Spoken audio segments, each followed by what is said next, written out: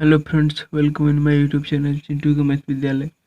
आज हम पढ़ेंगे क्लास 10 का एनसीईआरटी मैथ चैप्टर 5 समांतर श्रेणी। इस चैप्टर का हमने प्रश्नावली 5.1, प्रश्नावली 5.2 और प्रश्नावली 5.3 कंप्लीट कर लिया है।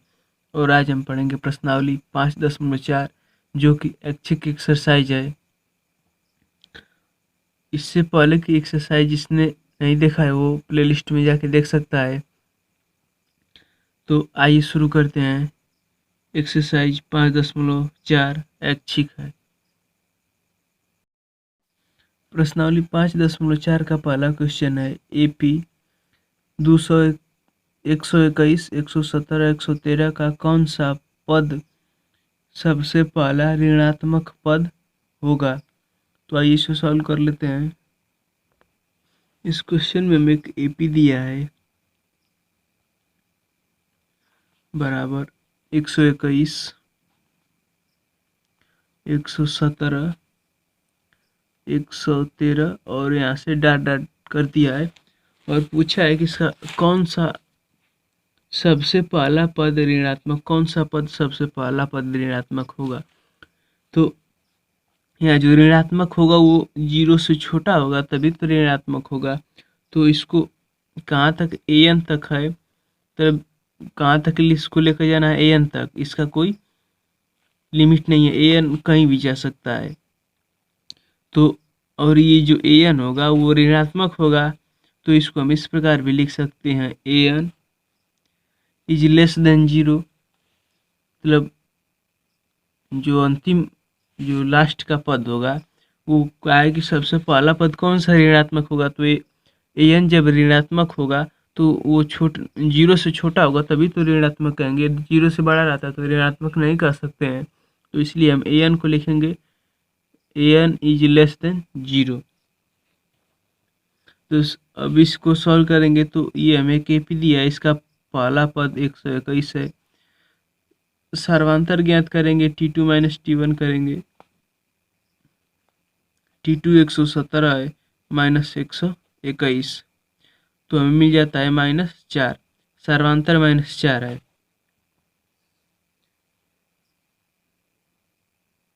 तो अब अंतिम पद का सूत्र लगा देंगे, यल बराबर a plus n minus 1 into D, या इसको हम an भी लिख सकते हैं। an बराबर a plus n minus 1 into D. तो an जो पद होगा वो 0 से छोटा होगा, यहाँ हमें सवाल में कहा है। तो जहाँ जहाँ an है वहाँ हम 0 रख देंगे।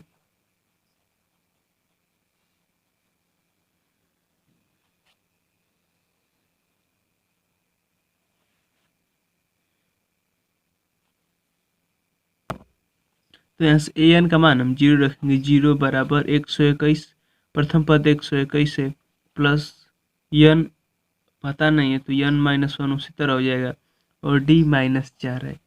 तो ये 121 इधर चला आएगा तो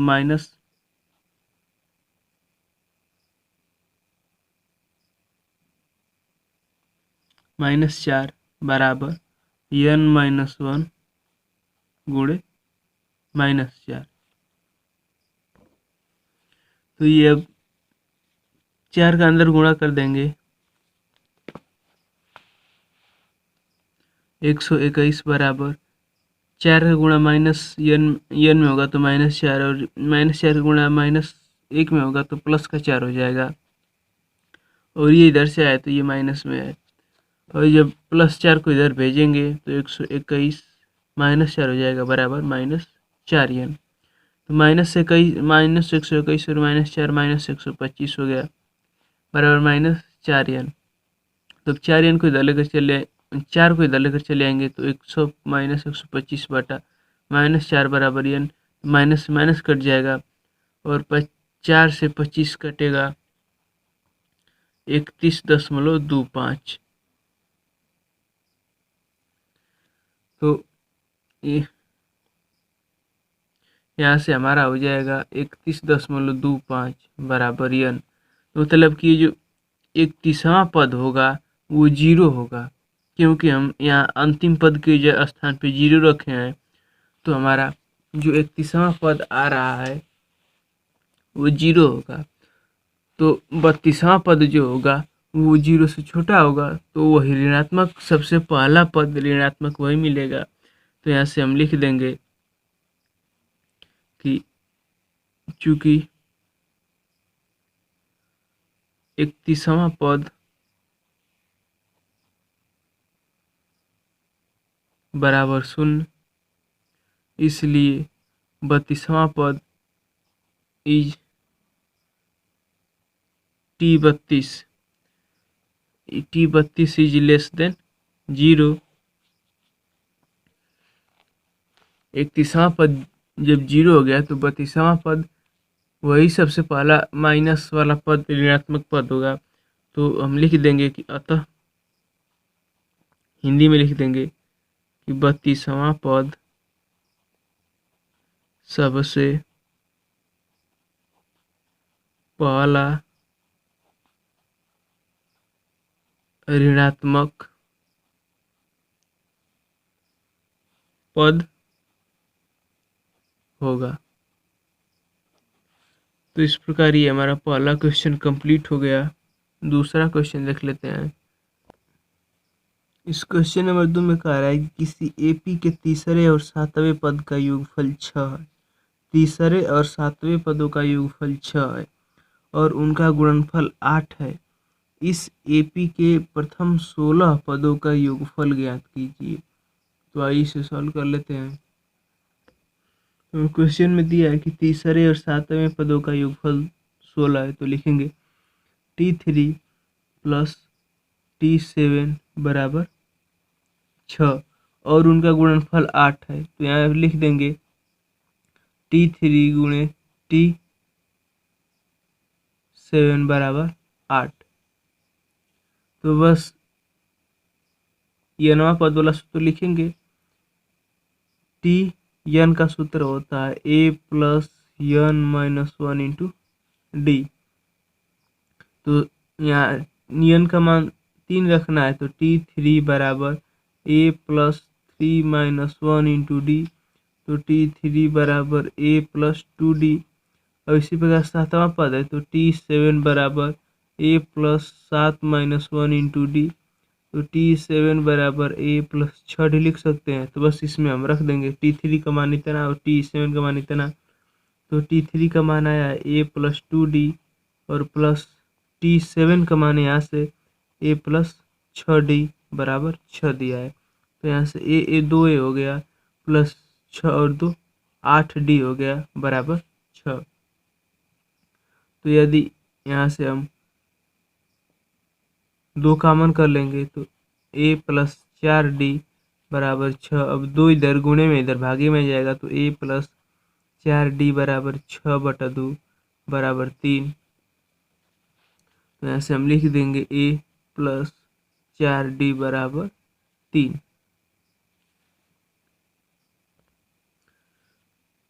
तो यहाँ से a का मान निकाल लेंगे, तो 4d को पक्षांतर कर देंगे तो a बराबर 3 माइनस 4d।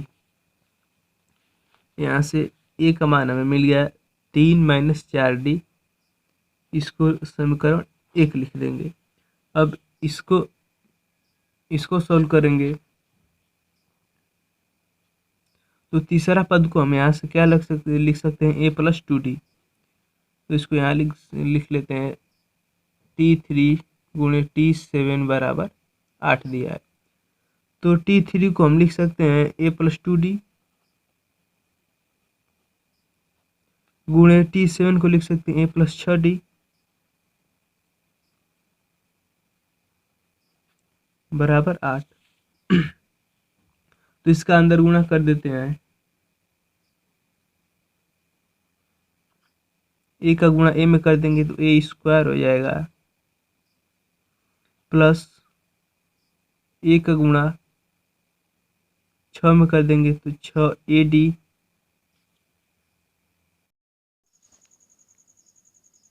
यहाँ पे जो है गुणा नहीं करेंगे बल्कि a का मान हमारा है 3 माइनस 4d, इसी को हम रख देते हैं। तो पहले a का मान आया है 3 माइनस 4d और ये प्लस का तो यहाँ पे है, ये कोष्टक बंद और दूसरा कोष्ठक गुण में इसका भी मान रख देंगे 3 माइनस 4d और ये प्लस का 6d बराबर 8 है। तो यहाँ से 3 और ये 4 प्लस का ये 4 माइनस का ये 2 प्लस का है तो घट जाएगा माइनस 2d और दूसरे कोष्ठक में बचा 4, ये माइनस का ये प्लस का घट जाएगा तो ये प्लस का 2d बराबर 8 बचेगा। तो यहाँ से अब हम लिख सकते हैं ये एक कोष्ठक में a प्लस बी, दूसरे कोष्ठक में a माइनस बी, तो ए बी के होल स्क्वायर का सूत्र बन जा रहा है a प्लस बी के होल स्क्वायर का बन रहा है a square minus B square के रूप में लिख देंगे। इससे एक सूत्र होता है a square minus B square बराबर एक कोष्ठक में a प्लस बी, दूसरे कोष्ठक में a माइनस बी। तो यही हो गया कि एक कोष्ठक में a माइनस बी है, दूसरे कोष्ठक में a प्लस बी है, तो इसको लिख देंगे 3 का स्क्वायर माइनस 2d का स्क्वायर बराबर 8। तो ये 2d का स्क्वायर 9 हो गया माइनस ये 4d स्क्वायर हो गया बराबर 8। तो 9 को इधर भेज देंगे माइनस 4d स्क्वायर बराबर 8 माइनस 9, तो माइनस 4d स्क्वायर बराबर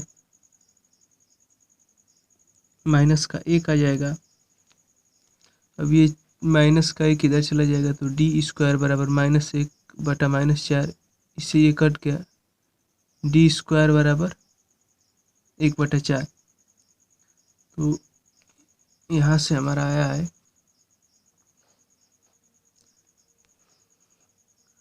d स्क्वायर बराबर 1/4, तो d बराबर अंडर रूट 1/4, इसलिए d बराबर 1/2, d बराबर हमारा 1/2 आ गया। तो हमें यहाँ से a का मान निकाल लेते हैं। हमारा d बराबर 1/2 हो गया और a का मान हमें यहाँ से निकालें a बराबर 4 माइनस 4 3 माइनस 4d, इसको समीकरण हमें एक माने तो इसी में d बराबर 1/2 रखने पर तो ये a बराबर 3 माइनस 4 गुणे 1/2 हो जाएगा, तो 2 से 2 कट जाएगा, तो a बराबर 3 माइनस 2 बराबर 1। तो a का मान 1 आ गया और यहाँ से d का मान हम निकाले हैं 1/2 और n का मान का है कि 16 पदों का योगफल हमें निकालना है। तो n बराबर 16, तो यस 16 बराबर क्वेश्चन मार्क, तो हम यस n का सूत्र लगा देंगे, लिखेंगे यस n बराबर n/2 कोष्ठक में 2a plus n minus 1 into D. तो यस n का मान 16 है बराबर 16/2 कोष्ठक में 2 गुणे a का मान 1 प्लस n का मान 16 माइनस 1 इंटू डी 1/2 है। तो ये यस 16 बराबर, इसको हम 8 लिख देते हैं, अंदर ये 2 एकम 2 हो जाएगा, माइनस प्लस है ये 16 में से गया 15, ये बटा का 2 हो गया। तो यस 16 बराबर 8, ये इसका एलसीएम लेके हम जोड़ देंगे, तो अंदर 2 का हर 1 कर देंगे प्लस 15/2 है, तो 1 और 2 का एलसीएम 2 हो जाएगा, 1 का भाग 2 में देंगे तो 2 आएगा, 2 का गुणा उसमें कर देंगे तो 4, प्लस 2 का भाग 2 में देंगे, 2 का भाग 2 में दे देंगे, 1 आ जाएगा, 1 का गुणा 15 में करेंगे 15 और ये बाहर 8 है, यस 16। तो अभी लिखेंगे यस 16 बराबर 8 गुणे ये 15 और 4 19/2 हो गया, 2 से 4 भाग दें 8 में भाग दे देंगे 4 आ जाएगा, बराबर 4 गुणे 19 बराबर 76 हमारा आंसर हो जाएगा। 16 पदों का योगफल 76 हो गया। इस प्रकार हमारा क्वेश्चन नंबर 2 कंप्लीट हो गया। क्वेश्चन 2 कंप्लीट हुआ। अब क्वेश्चन 3 देख लेते हैं। क्वेश्चन 3 दिया है कि एक सीढ़ी के क्रमागत डंडे परस्पर 25 सेंटीमीटर की दूरी पर है। ये जो एक डंडा से दूसरे डंडे के बीच की दूरी है वो 25 सेंटीमीटर दूरी है। देखिए आकृति 5.7, ये आकृति 5.7 बनाया है। उसमें कहा है कि एक डंडे से दूसरे डंडे के बीच की दूरी 25 सेंटीमीटर है। तो फिर कहा कि डंडों की लंबाई एक समान रूप से घटती जाती है। ये जो यहाँ जो नीचे वाला डंडा है वो सबसे बड़ा है, फिर उससे छोटा, उससे छोटा, उससे छोटा, मतलब ये जो डंडे की लंबाई है लगातार घटती जाती है। तथा सबसे निचले डंडे की लंबाई 45 सेंटीमीटर। देखिए ये जो नीचे वाला डंडा है वो 45 सेंटीमीटर दिया है। 45 सेंटीमीटर। सबसे ऊपर वाले डंडे की लंबाई 25 सेंटीमीटर है। जो ऊपर वाला डंडा है ये सबसे छोटा है और इसकी लंबाई 25 सेंटीमीटर है। यदि ऊपरी और निचले डंडे के बीच की दूरी 2 से 2/4, मतलब इसको पढ़ते हैं, ये दो जो आगे का 2 है इसका गुणा नीचे कर देते हैं तो 2 दूना के 4 और ऊपर का जोड़ देते हैं 2 दूना के 4, एक 5/4, इसको हम कहते हैं 5/4। तो कहा है कि यदि ऊपरी डंडे से निचले डंडे के बीच की दूरी 5/4 मीटर है तो डंडों को बनाने के लिए लकड़ी की कितनी लंबाई की आवश्यकता होगी। तो आइए इसे सॉल्व कर लेते हैं। देखिए यहाँ संकेत भी दे दिया है कि डंडों की संख्या बराबर 250/25 + 1। तो इसको हम सॉल्व कर लेते हैं। हाल में दिया है कि ऊपरी डंडे से निचले डंडे के बीच की दूरी 5/2 मीटर है तथा एक डंडे से दूसरे डंडे के बीच की दूरी 25 सेंटीमीटर है। तो हम इतना में इसका भाग दे देंगे तो ये पता चल जाए कि इसमें कितने डंडे लगेंगे। लेकिन ये मीटर में दिया, ये सेंटीमीटर में दिया है, तो पहले इसको सेंटीमीटर में बदल देंगे। तो लिखेंगे कि सीढ़ी की कुल लंबाई, सीढ़ी के निचले डंडे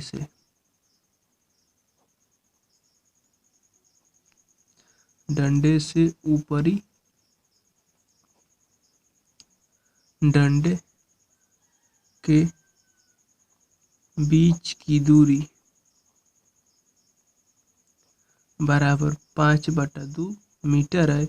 इसको सेंटीमीटर में बदलना है तो लिखेंगे 5/2 × 100 बराबर 500/2 मीटर। इसको हम भाग दे देंगे तो 250 आ जाएगा, 250 सेंटीमीटर। ये हमारा अब सेंटीमीटर में आ गया। तो एक डंडे से दूसरे निचले डंडे से ऊपरी डंडे के बीच की दूरी कितनी, 250 सेंटीमीटर आ गई। अब कहा है कि एक डंडे से दूसरे डंडे के बीच की दूरी 10 है तो लिखेंगे कि सीढ़ी में कुल डंडों की संख्या, सीढ़ी में कुल डंडों की संख्या बराबर टोटल दूरी 250 है और उसमें एक डंडे के बीच की दूरी 25 मीटर है तो लिखेंगे 250/25, भाग दे देंगे तो 10 आ गया, 10। तो ऐसे 1 2 3 4 ऐसे बढ़ते बढ़ते 10 डंडे हैं और एक डंडा सबसे ऊपर वाला भी होगा और एक डंडा नीचे वाला, तो लिख देंगे इसलिए कुल डंडों की संख्या बराबर 10 + 1 बराबर 11 डंडे।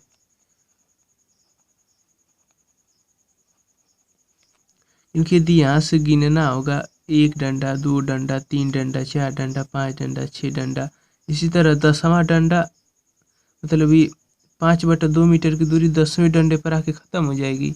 लेकिन जो हमने नीचे वाला गिना है वो छूट जाएगा तो उसको भी जोड़ लेंगे तो डंडों की संख्या 10 + 1 11 डंडे हो जाएंगे।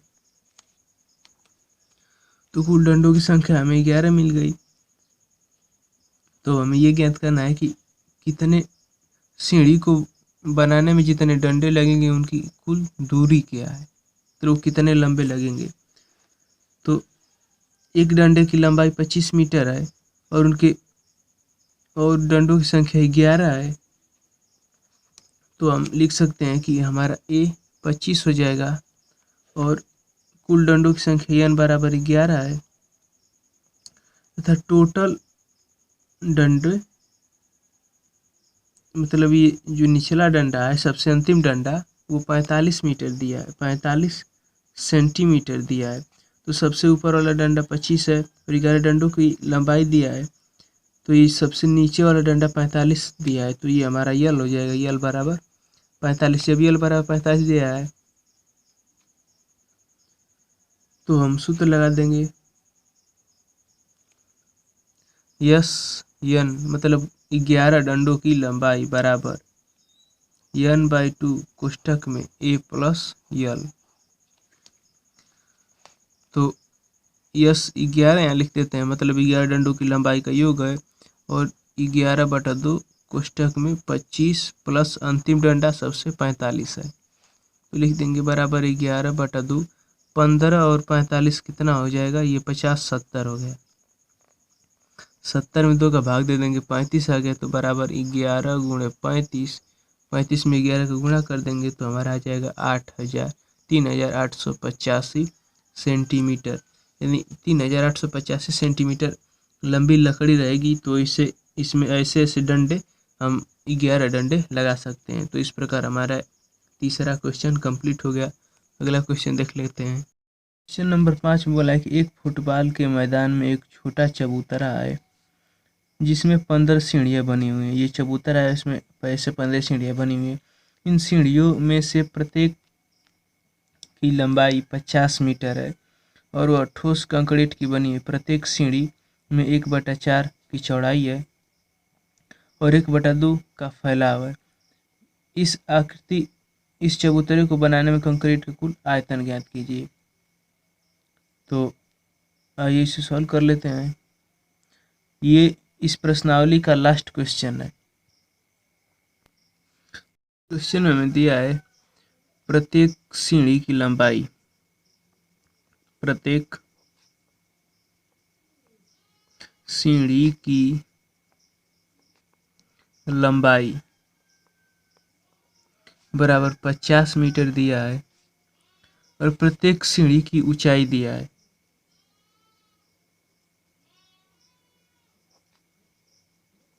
प्रत्येक सीढ़ी की ऊंचाई बराबर 1/4 मीटर है और उसकी चौड़ाई, प्रत्येक सीढ़ी की चौड़ाई बराबर 1/2 मीटर है। तो कहा है कि इस पूरे सीढ़ी 15 सीढ़ी को बनाने में कुल कितना कंक्रीट लगेगा। तो एक सीढ़ी जो होती है उसमें लंबाई चौड़ाई और ऊंचाई होती है, वो घनाभ के आकार की होती है। तो लिखेंगे एक सीढ़ी को बनाने में, एक सीढ़ी को बनाने में लगा कंक्रीट बराबर सीढ़ी का आयतन।